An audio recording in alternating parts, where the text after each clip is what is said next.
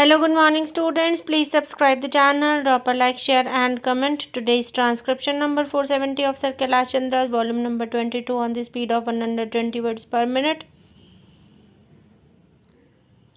Start. Sir, I rise to support the demands for grants of the Ministry of Human Resource Development.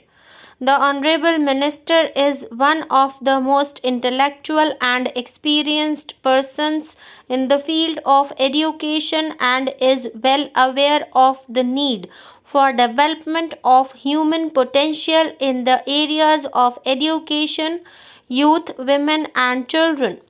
The allocation of funds for the various activities of the four departments which constitute his ministry is, no doubt, in line with their requirements, about which I have nothing to say.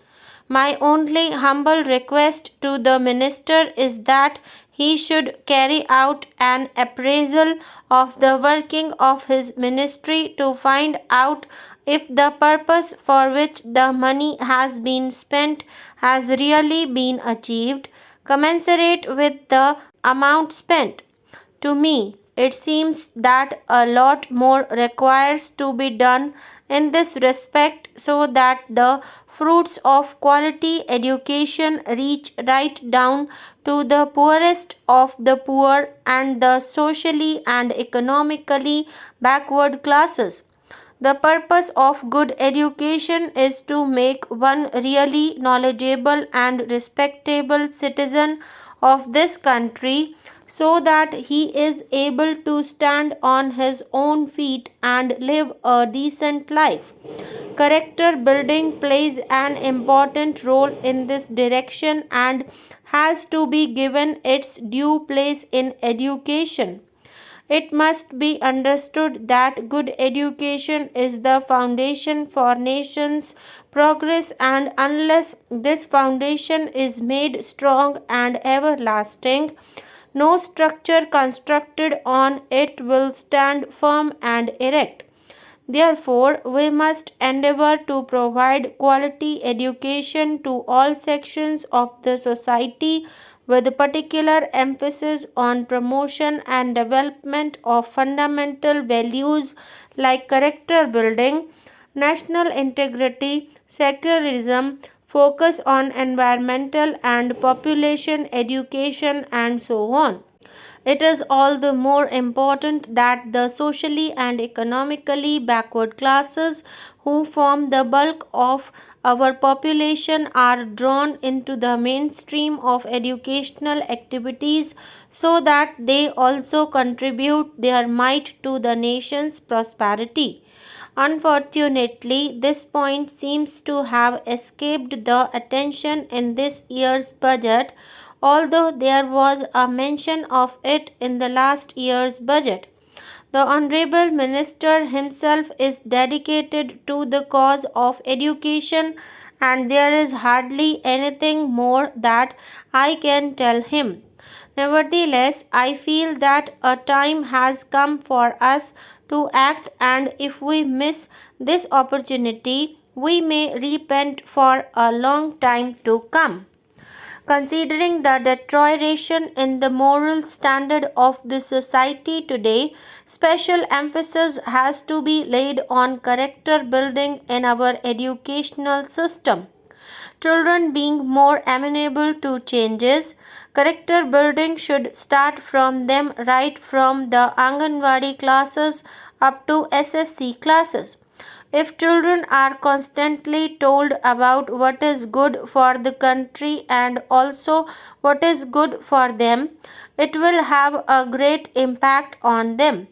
The help of Anganwadi workers who do not have work in the evening can be taken to coach children of first and second standards by telling them stories of great people and their work. This could be supplemented by giving them books depicting the lives of great men and their noble deeds for reading at home, on which questions can be asked next day during coaching. Once a week, audio-visual presentation can be arranged on the lives and noble deeds of great men. I am sure this will have the desired effect much more faster. With all the money that is spent on education, who are the people who really get the benefits? If we ponder over this aspect, we will find that it is the affluent few and those where both husband and wife are working who are able to reap the benefits because they have all the money with them to get whatever they want. They can send their children to the best schools, buy costly books and aids, arrange special tuitions, and send them to special coaching classes to score good marks in competitive exams. Even if these children fail to get admissions to professional courses, their parents can always pay capitation fees and have them admitted. But what happens to SC or ST and other economically and socially backward students? They just do not have the right type of atmosphere at home which will motivate them to go to schools and study. Their parents, themselves being illiterate and poor, would prefer their children to help them in their work and earn money rather than spend time on studies. Under the circumstances, it would be nearly impossible for such students to compete with the city students and get admission to prestigious courses. Therefore, I submit that the need of the day is to set up residential schools for SC, ST, and other socially and economically weaker students on 50-50 basis. These schools should provide free secondary education and also free boarding and lodging facilities. Strict discipline should be maintained in these schools and greater emphasis should be laid on character building, hard work and dedication, love and respect for the country.